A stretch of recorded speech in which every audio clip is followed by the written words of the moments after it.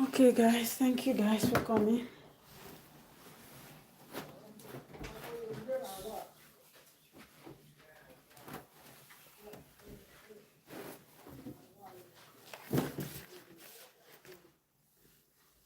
Hello. Hello, everybody. Thank you guys for coming. Yeah, I would rather start early than to come late.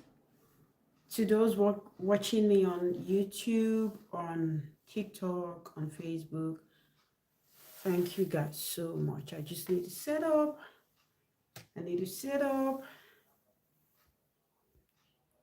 And yeah, okay. Okay, all messages, that's fine. Okay. All right. Okay. Good day, everybody. Thank you guys for coming. Good evening. Thank you guys on TikTok. Thank you guys on YouTube, and thank you guys on Facebook. Thank you guys on Instagram. As you know, I'm Blessing Imafidon, and it's been a while I've been here. I've just been very busy, and due to my tight schedule, I've not been able to come up with a teaching. It's not because I lack topics or I lack what to say, but it's because of the time. Due to that time constraint, I've not been able to come on live. But couple of people reached out to me to say, hello, Blessing, it's been a while, we heard from you. What's happening? What's up with you? And I just said, okay, I will try and create a little time today to discuss with you guys, even though I have a program later on in the evening at 7 p.m.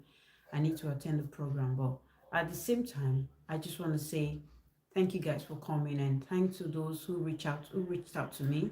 And I can see Pratima Das on YouTube, and I can see, I'm sorry if I'm not able to pronounce your names. I'm very sorry, but I see all of you on YouTube as well as TikTok. Thank you guys for coming, and thank you guys for believing in me. Okay, today I'll be talking about an interesting topic. When I say interesting topic, I don't mean something that's just gonna make you feel, oh, it's so interesting, but I actually mean something that the world needs right now. That's why I put the topic there. When I say School of Life with Blessing Imafidon, I'm not just talking on relationship alone. I talk about basic things and what's going to help our planet. I talk about, okay, somebody say, can you, uh, anyways, doesn't matter what you see. It's fine. I compliment you. Thank you. Nice neck. So thank you. I'm just hearing that for the first time. Thank you. Thank you. Thank you. So my topic today is sustainability.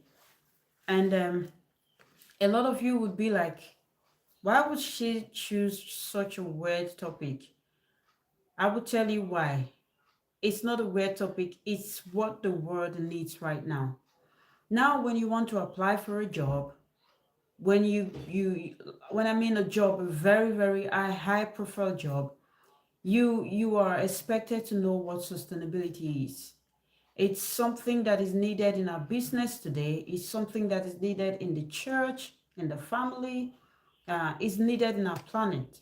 And this was what inspired me to talk about the topic sustainability. And by the way, I am a sustainability person.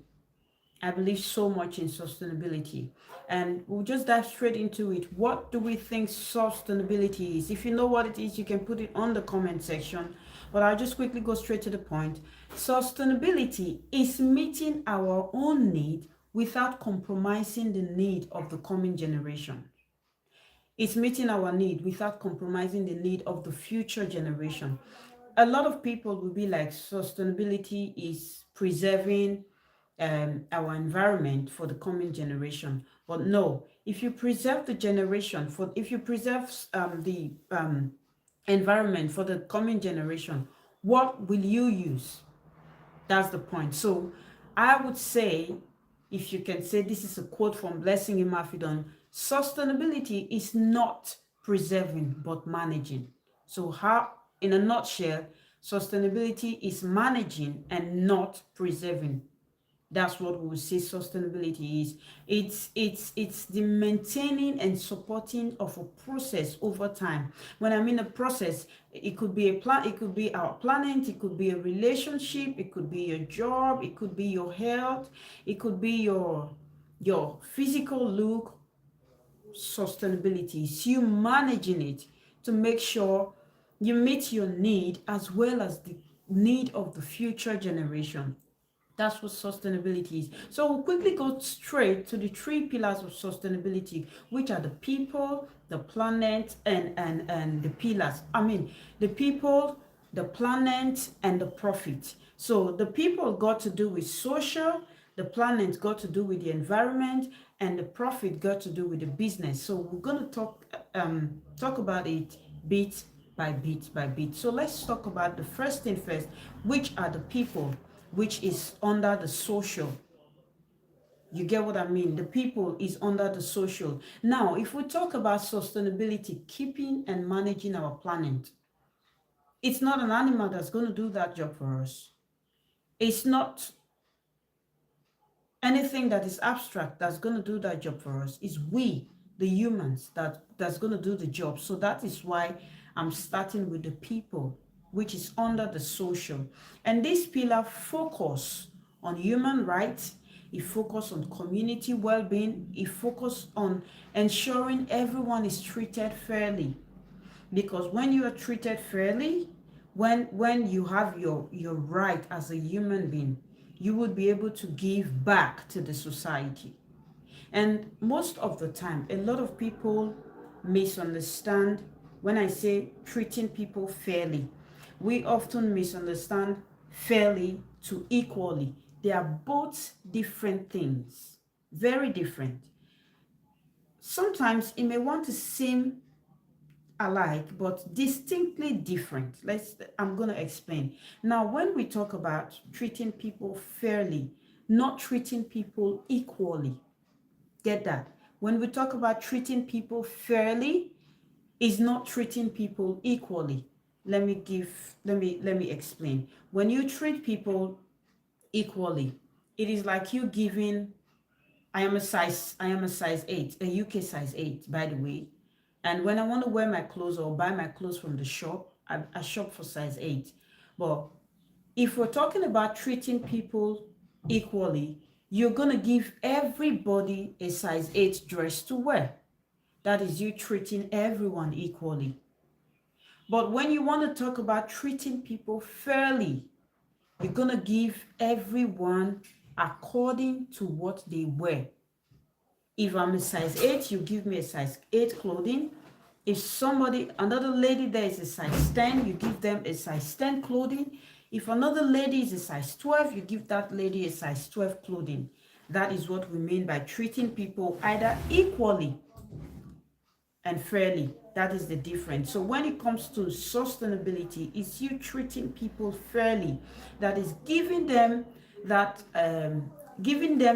need that they actually need, giving them something that actually meets their need. So we talk about equally means giving everyone the same size, and we talk about fairly means giving everyone their exact size personally, which is equality and equity. I've been able to establish that fact. You can go back to this video some other time to get what I'm explaining. So we go to the planet. I just want to quickly rush because it's really a wide topic, but I will try as much as possible to compress it so I'm able to give out every teaching I have to do because I have just an hour. Okay, let's go to the second one, planet. The first one is the people, which is under social. I have my PowerPoint here. And the second one is the planet, which is the environment. These pillars focus on preserving not just the natural resources, but minimizing our carbon footprint and fighting the climate change. How many of you, a lot of people here, we live in the UK and some live in America, we would be able to testify that in the last, I think 2, 3 weeks ago, there was this, it was burning. It was really burning in the UK, and that's as a result of climate change.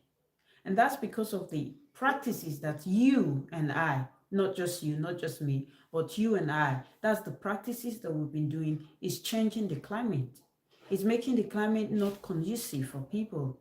It's making a lot of things change where our carbon footprint is getting broader and broader and broader by the day. So when we talk about the planet, we as the people, we have so much to do to reduce our carbon footprint or our ecological footprint. Your daily habit shapes your personal footprint. Whatever daily habits you put up in your home when nobody is watching, in your congregation, in your place of work, along the road, everything you do personally is your personal footprint. We will come to sustainable practices that we humans we need to um, embrace. We need to embrace to keep our planet safe and preserve and manage our planet for the coming generation. Okay, it is not solely the job of the government. It is not solely the job of the big businessmen. It's not solely the job of those who's got so much money and in their bank account. It's the job of everyone to protect the environment. It is the job of everyone. You listening to me today, myself talking today, and anyone, it's our job. It's our job. Thank you, Saze Ogbemudia. Hi, I can see you. Thank you for coming on my live. And let's go straight to the third one. The third one is the profit. Yes, the profit, which has got to do with the business. These pillars ensures that the businesses and economies can grow and remain profitable without causing social harm to the environment. If your business is causing social harm to the environment or to the community where you are in, you are not a sustainable business place. And people like me and so many other people who practice sustainable lifestyle will have some issues with you if your business is not sustainable enough. When I mean sustainable, not just focusing on reducing the carbon footprint, you have to focus on the people who is in your business, who is in your organization, who is in your industry. This is a holistic job, not a job of one person. It's a holistic job. Activities like innovating green practices, green technology, ethical supply chain management, and creating a long-term goal rather than short term. Now, there was this research I did. I think it was last year or 2 years back. I did a research on certain companies in the UK, and I was just reading about their sustainable practices, and I got to see that so many of these big companies you see in the UK, some of them, not all of them, they are not ethically sustainable. They're not ethical in their approach, in their business, in their approach. They're not. But there's this company, H&M. They are really very good. They're sustainable. They are really very good. And they are creating a long-term goal. It's not just a short-term goal, making profit, and that's what matters to you. No, we have to manage the planet. We have to manage the planet so that the coming generation would be able to pick up from where we left it. If we misuse it and we use it just anyhow we like, what are our children going to live on? What are they going to live with? So it is the job, not just for the government, not just for the big business people. It's the job of everybody in the family, in the home, in the business places, in the church, in the community to do the job of sustainable practices. So let's go to sustainable practices. I'm going to stay longer here because a lot of you need to get what I'm trying to give, what I'm trying to teach now. Now, we will talk about, don't just think I'm talking about the planet alone. We are coming to the relationship part where we talk about sustainable practices in relationship or sustainable activities that's going to help us yield or get healthy relationship. Uh, and if you have any questions, if you have any concerns, if you have any suggestion, you can put it on the comment section. I read your comment. Okay, the first thing here, sustainable practices that we need to embrace and we need to start doing is travel or transportation. Now you're going to ask me, what has travel or transportation got to do with sustainable practices? Everything. It's got everything to do with sustainable practices. Now, if you don't have something, I know a lot of you like to travel, and they've said traveling is a part of education, which is true. But if you know it's not that important and you are all right where you are, it's best to stay. Because as you fly every time, as you drive every time, you are releasing chemicals into the atmosphere, which is destroying our planet. Now, I'll give another example. I told you about a research I did last year or 2 years ago when I talked.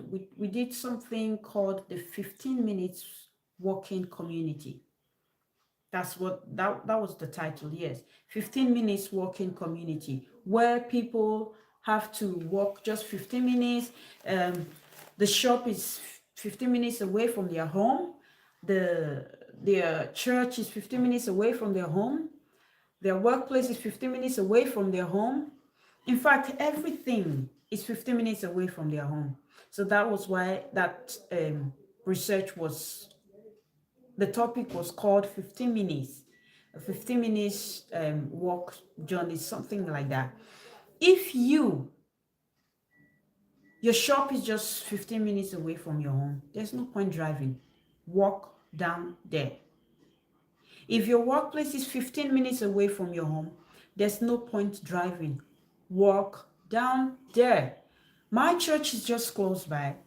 It's like 20, 15 minutes max. Every time I walk to church and I walk back. Yes, that's what I do.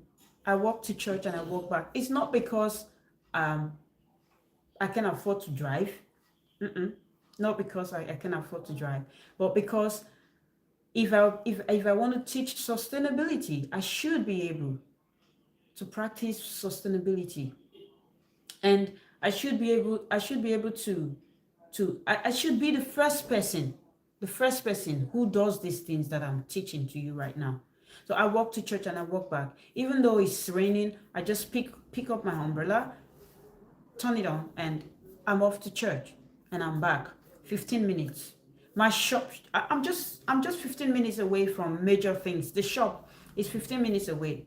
The only time I drive with my husband is when we have so much, when we are shopping in bulk. Yes, that's when that's when we drive. But if we're not shopping in bulk, we just want to get a few things, we just walk down there, which are sustainable practices. So I would encourage every one of you to try this out. You don't have to drive every single time. If you see the UK now, not just UK, America, Dubai, and these are the countries that they do this, their SDG meeting every year. And when they're doing it every year, they go with tons and tons of cars, all kind of cars, releasing different chemicals into the planet. So I'm like, you are organizing this thing. Why don't we try to reduce our carbon footprint? If you really talk about sustainability, yes, yes. If you have any questions, you can drop it. Okay, thank you. I can see your comment. So if you have to walk, please, 15 minutes, that's fine. 20 minutes, 30 minutes, that's also fine, but it depends on your strength. And guess what? If every one of us walk 15 every single time, we don't drive all the time, we don't book the ride all the time, you can see that we personally will be healthy, and that's going to lead us to the hospital. Yes, I'm going to explain. If we walk all the time, we will be healthy. We will not have to visit the hospital every single time, thereby mounting so much pressure on the NHS, mounting so much pressure on the health practitioner, because there's so many people waiting to be attended to. No, we are healthy. We are living a healthy lifestyle. So this is why I said the 15 minutes walk, it should be practiced by everybody. Then the second thing I want to talk about is very important, which is the food. Food. How you will be asking, how does food relate to sustainability practice? It does. When you go to the shop, buy what you need. Don't buy what you want. Yes, buy what you need. Don't buy what you want. A lot of people stock up their houses with food, and at the end of the day, everything gets rotten, and they chuck in the bin. Is not a sustainable practice. Have proper estimate of how much you can eat and consume, instead of buying or cooking too much and later you chuck in the bin. Buy what you need, not what you want. If you know you want to eat, okay, rice, if it's the small pack, you buy the small pack, you cook and you eat that. Instead of cooking and the whole pot is filled with rice, at the end of the day, you're not able to consume it, your family is not able to consume it, you chuck in the bin. That is not a sustainable practice. That is you killing the planet. That is you killing sustainability. That is you killing the environment. And as you're killing it, you're not creating a safe space for our children and our coming generation. And the third thing is our housing. A lot of us, there's a socket right here. I don't know if you can see. Yes, there's a socket right here. It's not working at the moment. I had to turn it off. Before you leave the house, make sure you unplug everything that was plugged. Turn off everything. Turn it off to save energy. These are sustainable practices.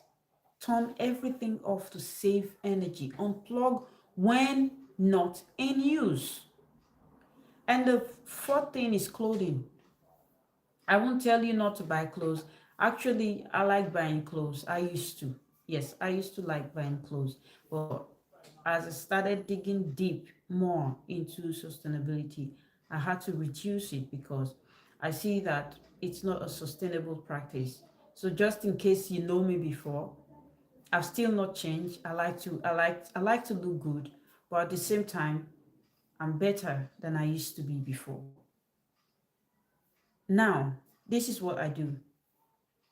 Those of you who likes to buy clothes, who like to buy shoes, like I used to, if you're not using what you used to have before, instead of buying and just piling it up there or piling it down there, give those clothes a second home. Give them a second life. Don't just bin them. Now you bin these clothes. Where do you think it's going? A lot of these things are going to Africa. I told you before, I've done a research on this topic before. I had to research how these clothes, what do they do with these clothes? When I researched, I saw that some of these clothes going to Ghana, some are going to Nigeria, some are going to Sierra Leone, a lot of them. And some of them are just piling up in the rivers. What is that going to do? It's going to kill our fishes. It's going to harm our sea. The sea fishes and animals there. It's going to destroy them. And guess what? When we don't have fishes in the river, we are being destroyed, because what are we going to eat? What are we going to eat? If we take these clothes and we just chuck in the bin, or we take these clothes and we just chuck in the river and say, oh, after all, nobody will see it. It goes there and it causes harm to the to sea animals. And when they refuse, or when they can't reproduce, what are we going to eat? That's why we have hunger in the land. I would encourage every one of you to go study the SDG, the Sustainable Goals Development. I want you to go study it and you will see what I'm talking about. Maybe I would come again and present that topic to you. We'll talk about the SDG goals gradually. I think there's about 17 of them. We'll talk about them one by one by one by one. But I think this is the foundation to make people understand the meaning of sustainability, and to make people practice sustainable activities personally and in their homes. And another one is recycling. Always put plastic in a recycle bin. Now we in where I am here right now, we have the bin for waste food, we have the bin for general bin, and we have the bin for plastic, we have the bin for cardboard. If you mix them together, you're making the job so difficult for the government. You are making the job difficult for the government. I think this is where a lot of us Africans are failing. We are quick to cry, oh, the government is this, the government is that, the government is that. But we personally, we are not playing our role. Personally, the average, I've not come here to throw shades, but I can say the average Africans, or the average humans, let me put it that way, the average humans are not playing their role. They're not playing their role to keep the planet safe, to keep relationships safe. Most of them blame it on the government. Most of them blame it on the devil. Most of them blame it on their neighbors. But no, that is not true. If you have a bin for plastic, chuck in all your plastic there. Cardboard, put it there. General waste, put it there. Food waste, put it there, because these things, they are going to be recycled. And when they are recycled, we can reuse them. We can reuse them for that same thing or for another purpose. So you have a part to play. It's not just on the government. It's not just on God, because God is not going to come from heaven to come do your job for you. You are going to do your job, play your role, and I play my part, and everything is going to be fine. The planet and the world is going to be a better place. So let's go straight to another one. Appreciate the use of reusable items like reusable plastic bags. I talked about M&S. They've greatly reduced their plastic production. If you shop from M&S, I'm not advertising for them. I've studied a lot of shops here in the UK. That's why I can talk about, oh, these ones are really good. If you shop at M&S, a lot of their products are cardboard, which are easy to decompose. But no too many plastic. It's just a little, because after all, we cannot 100% get plastic out of our lives, or get plastic out of our environment and planet. But we can reduce the use of plastic. How do you reduce the use of plastic? Reuse them. Are you buying bottled water?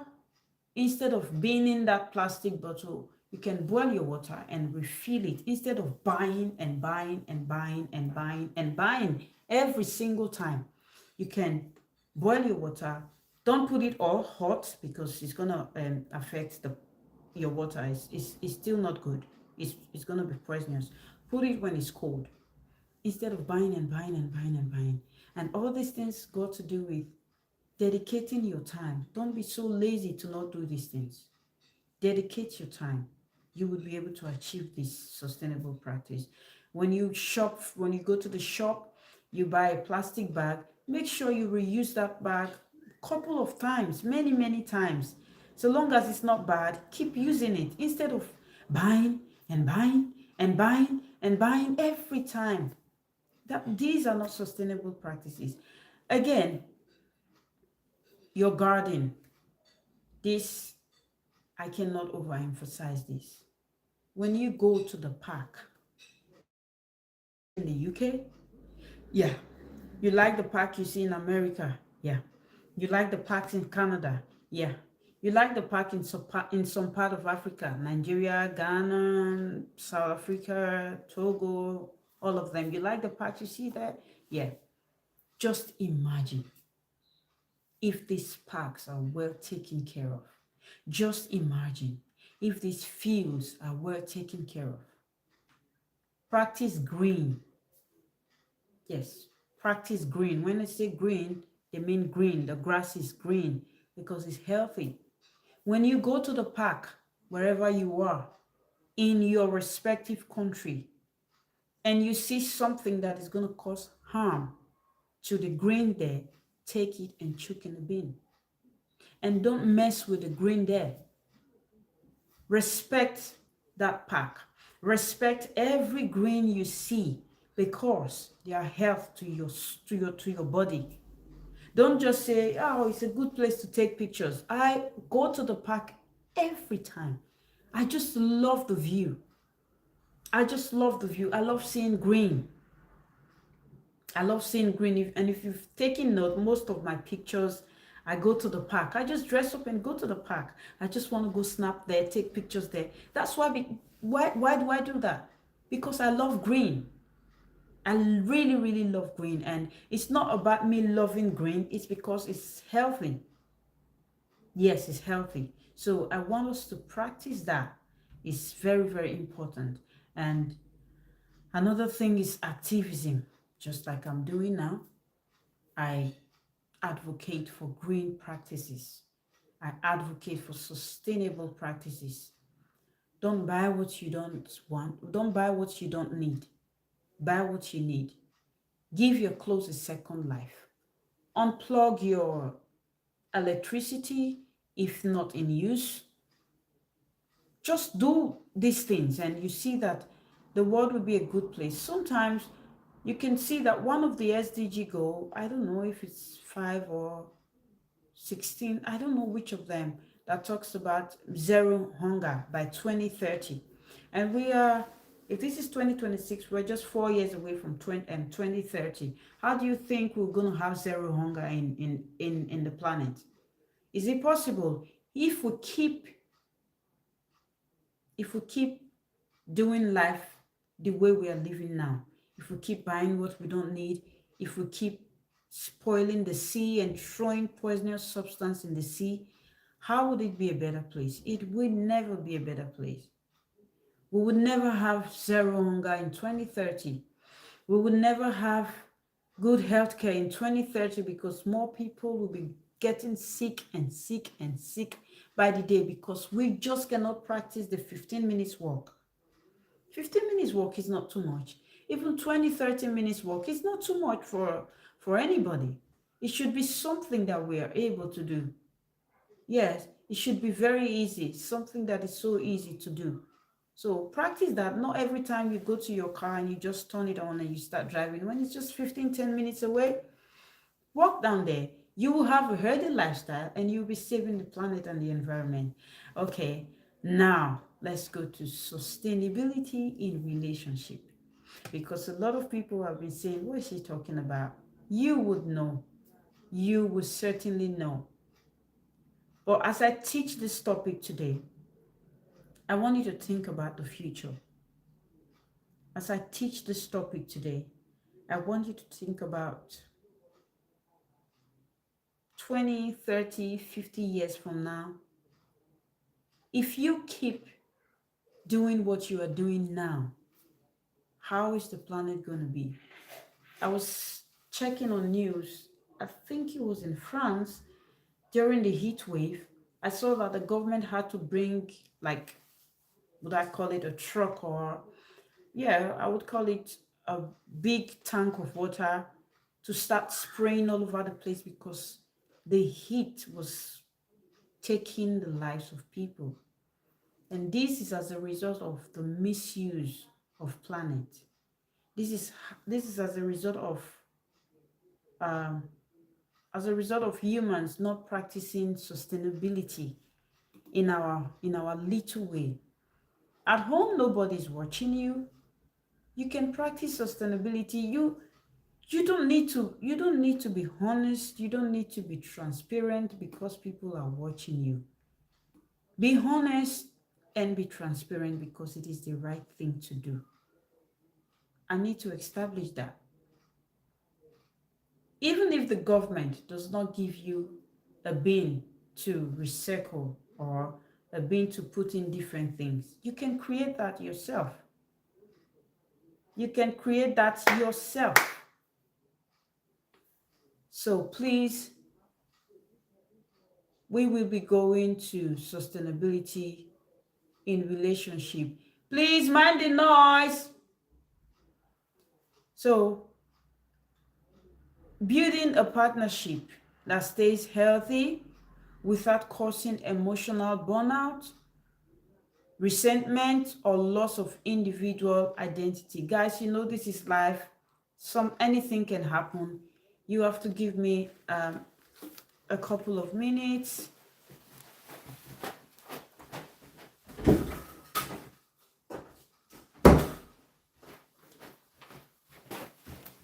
So, thank you guys. I had to go shut the door because the noise was coming from the background.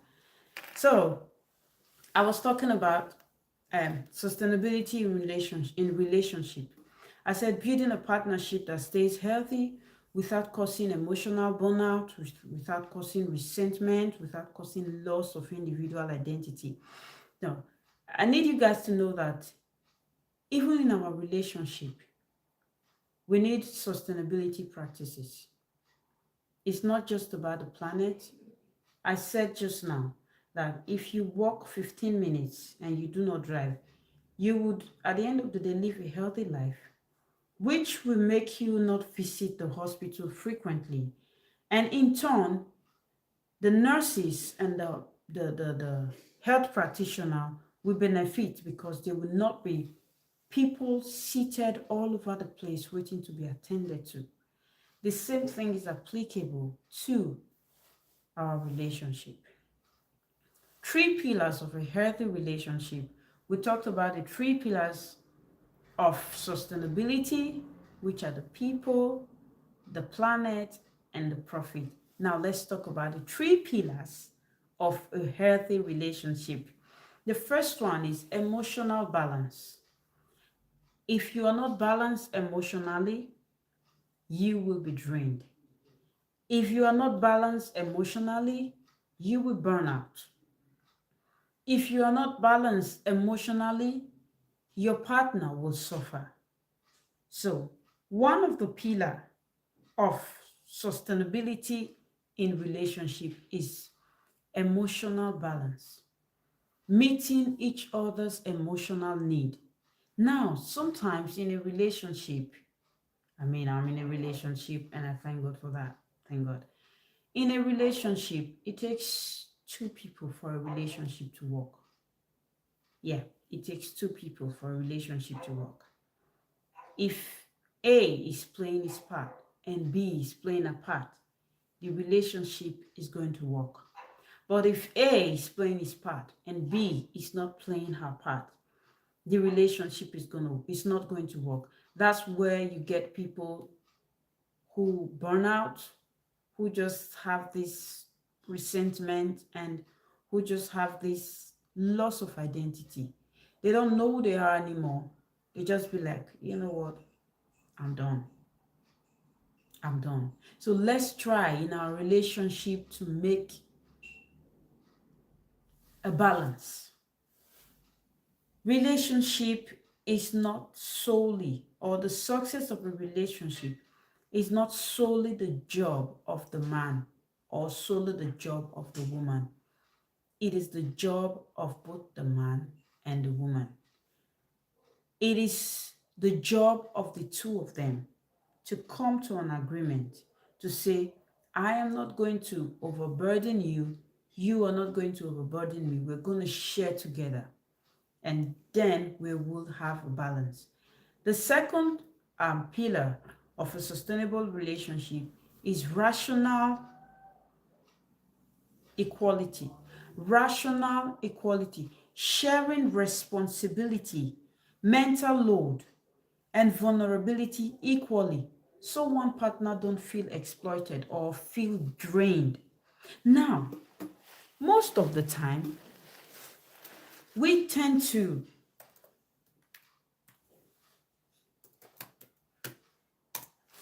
most of the time we tend to blame our failures on relationship. The Christians blame it on the devil. The normal human being, sometimes they blame it on money. Some people blame it on even the government. Some people blame it on the environment. Some people blame it on family. Some people blame it on friends. And sometimes while I was preparing my PowerPoint, I was just thinking, why do people easily blame another person for their mistake in relationship without first thinking of themselves? It's not a healthy way to live. When something go bad, first do a self-appraisal. Sit down, think about how you messed up, or think about what you didn't do right. Think about what you would have done better and address that first before blaming it on the devil or blaming it on friends, family, blaming it on environment, community, or blaming it on money. I don't know how I'm going to emphasize on this, but sharing responsibility in a relationship can help. Whatever kind of responsibility, financial responsibility, mental load, don't just pack all the mental load on one person. As Mr. A is doing, Mrs. B should be doing. Don't just leave that load to one person to carry. That's where people burn out and say, I am done. And stop playing the victim's card. Stop casting blames. For every mistake you make, think about yourself first. How did I mess up? How did I mess up? What would I have done better? Yes. So healthy relationship, the second pillar of sustainability in a relationship is rational equality. Everything should be shared. Maybe not 50-50, because when I talk about 50-50, most African women think I'm talking about money. No. Or most African men think I'm talking about money. I've heard a couple of women say, I can't follow a man who says we should share things 50-50. By the way, we'll talk about that in a subsequent date. We'll talk about that later on, about this 50-50 thing. But when I talk about 50-50, I'm not talking about money. I'm not talking about running the home. I'm talking about mental load. I'm talking about having to make the relationship work. These are the things I'm talking about, not money. Let's put money to one side. That's not the issue right now. Don't put all the load on your wife.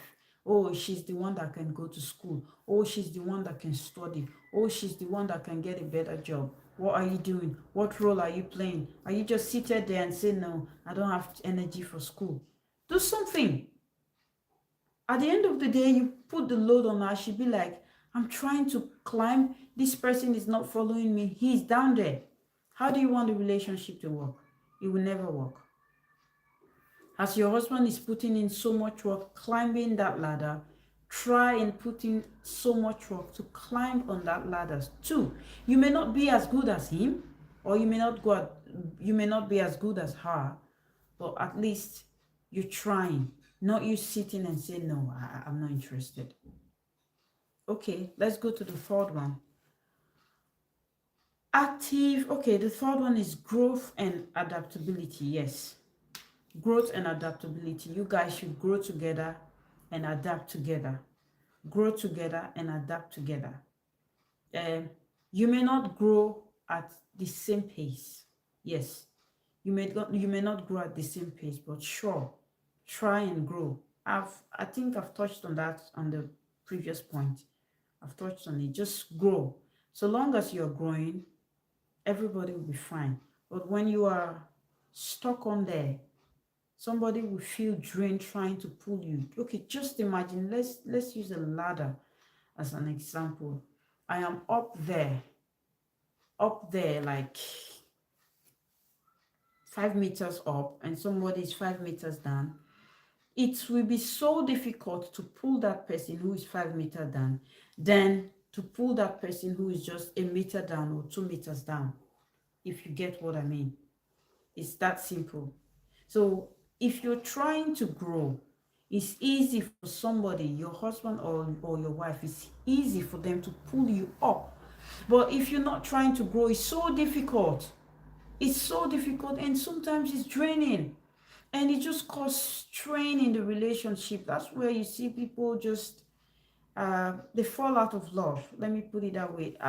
There are so many times in my life that I've been so drained, like trying to improve on a system, or trying to, how do I put it now? Trying to, yeah, improve on a system, but people are still stuck up on the old way of doing things, or I am still stuck up on the old way of doing things. That's when you see people, um, different views and different argument just comes up, and people start fighting. When I mean fight, not physical fight, but you'll be like, no, this person doesn't share the same idea with me. No, this person is not growing like I want this person to grow. This is why relationships are breaking. And when I say relationship, I don't just mean the relationship between a man and a woman. It could be relationship between group of people, could be family relationship, workplace relationship, community relationship. You, me, everybody have a role to play in having a sustainable relationship. Okay, lastly, I've got 13 minutes. Lastly, let's go to sustainable practices for a healthy relationship. I've talked about the three pillars of a healthy relationship, which is emotional balance, rational equality, growth, and adaptability. So let's talk about sustainable practices for a healthy relationship. We have active communication, allowing each other to feel listened to and heard. You don't want to be the only person talking. You don't want to be the only person talking the entire time. And you don't want to be that person listening but not listening.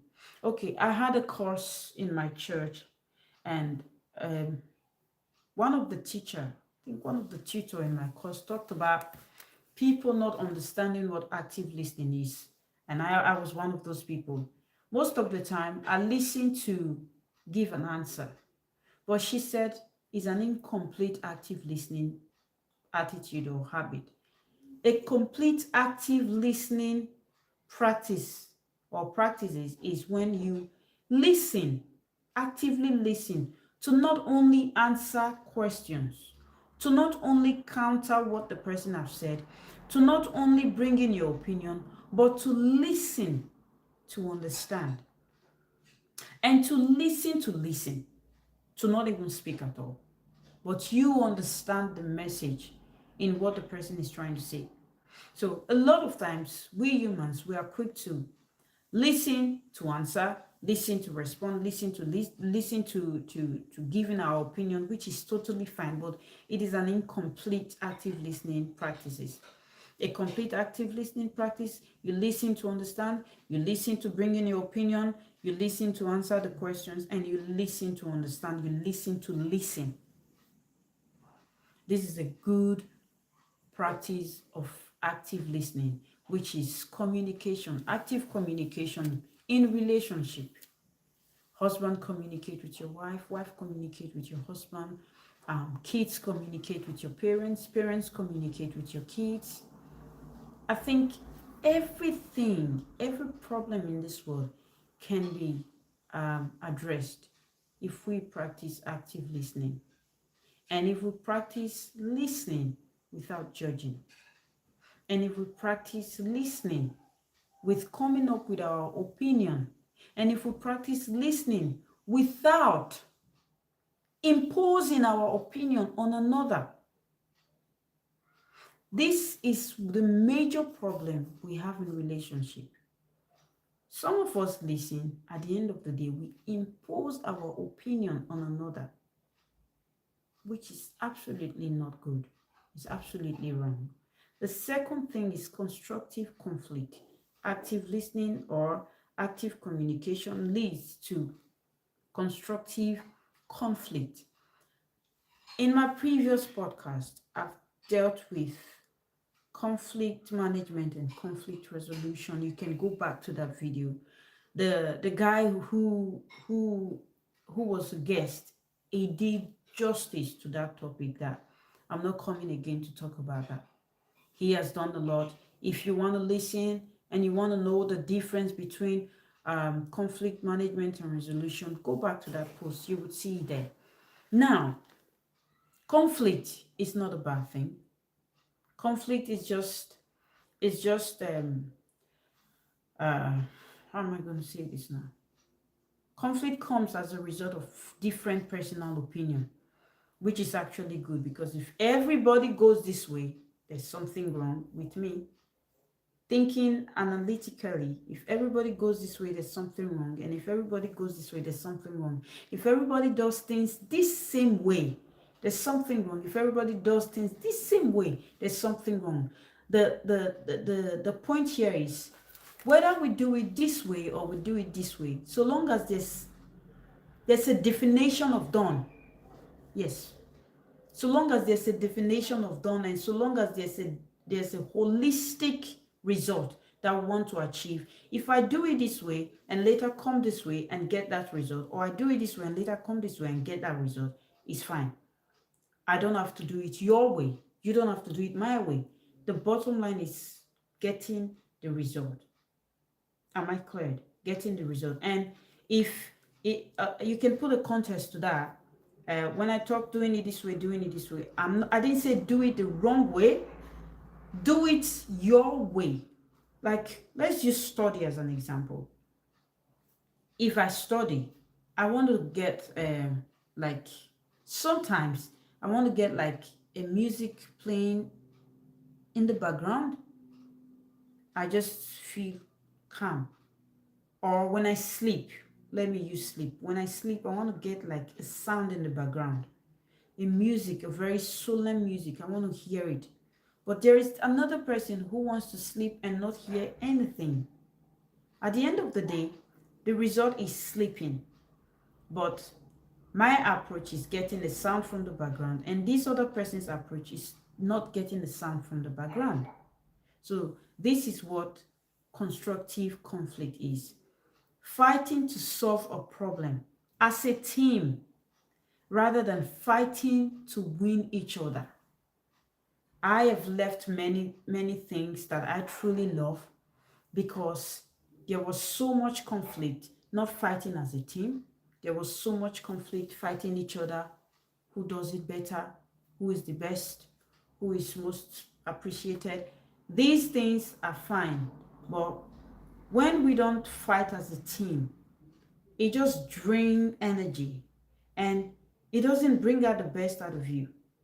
When there is so much individuality within a family, within a group, within a workplace, that I've worked in so many places where we have to work as a team, and there's this team leader guy that I truly love. While we are finishing this project, he's already telling the other person, this is what you're doing, this is your role, this is your role, this is your role. And I told to him one day, I said, you are truly a good team leader. I like the way you lead. Because I see life from a different perspective, that if we work as a team, we would achieve more. But if we do individuality, no transparency, we will talk about transparency in a later date. No transparency, there's so much um bias, there's so much, like, no transparency. I was speaking with a lady, I think last weekend. She said something that really struck my heart. She said, Blessing, I don't fight to be honest, I'm just transparent. I'm sure she's listening to me now. God bless you, Constance. She said, I don't fight to be honest, I'm just transparent. And when I'm transparent, I don't fight to be honest, because when I'm transparent, I won't need honesty. And that's so true. When you're transparent, you don't need to be honest, because it's right there. It's all there. It's just there for everybody to see. So we need to, there should be a there should be a constructive conflict, which is good. We should fight together as a team, not fight against each other. Fight together as a team in the home. Husband and wife, fight together as a team. You can have a different view. Sometimes I have a different view from my husband. He has a different view. Okay, talking about my background as an African woman, Nigeria woman. Sometimes my husband say, I believe so much in Nigeria, I believe so much. And when he sees people outside, he be like, yeah, I believe so much in Nigeria. People, yeah, I don't believe in Nigeria. He tries to explain to them. So one of these days I said, look, you believe so much in Nigeria, which is good, but don't impose it on people. You're believing so much in Nigeria, the level of your believing so much in Nigeria is quite different from another person's level. So don't try to impose it on people to believe so much in Nigeria in your level. I said, very soon they will come to see the light. And that's how it's supposed to be. The children in the home, you need to work as a team with your parents. Your parents may not be this present generation who don't know what's happening with the social media life and everything. You have to come together and do things together. Constructive conflict. Conflict is not a bad thing, but it should be constructive, coming together to fight as a team. Okay, lastly, shared values. Aligning on core life goals. There are core life goals. Examples of core life goals is just a life goal. Both of you want to achieve this, or the group want to achieve this. This is what we are achieving. You want to achieve a healthy relationship. You have both of you have parts to play, not just on one person. These are core life goals. And like finances, okay, we are working. I want us to have a joint account where we can save 5% of our salaries every month. These are shared values. Or family lifestyle, I want us to sleep at 9 a.m. and 9 p.m. in the evening. Like, as personally, as a married woman, most of the time, it's just it's just like, what I say, it's a value in our home. It's a value in our home that we don't take calls very late at night. It's just a value. I'm using this as an example, not like all the time, because if you have something very important, please do not hesitate to call me. I will be here to answer. I'm always available, but it's just some core values, like we don't take some calls in the dead of the night as a family, house, as a home. So these are shared values. However, we should respect minor differences. We should respect minor differences. The fact that I and my husband, we are husband and wife, we do things together, doesn't mean we don't have some minor differences. It should be respected. If I say, okay, please, I know we are together, but please don't come this close, it should be respected. And don't think because I do things differently from how you do things, um, it's not good. I talked about having to achieve a certain goal. If I have to come through this way and you have to come through this way, so long as we achieve this result, is fine. Don't be so quick to judge because somebody doesn't do things the way you want it, or because somebody doesn't act the way you want that person to. The person is not good enough. Nah. And I'm going to drop this here before I round up because it's 1 hour now. To the leaders at our workplaces, to the religious leaders, to the family leaders, to the community leaders, we are all different. We don't do things the same way, but there should be a definition of done. There should be a definition of result, that this is the result we want to achieve. How you want to achieve it should not be the bone of contention, so long as you achieve it. And if you have to put, you can do it the right way or you can do it the left way, so long as you don't hurt humans, you don't hurt the planet, you don't hurt the environment, you don't hurt animals, you get that result, is fine.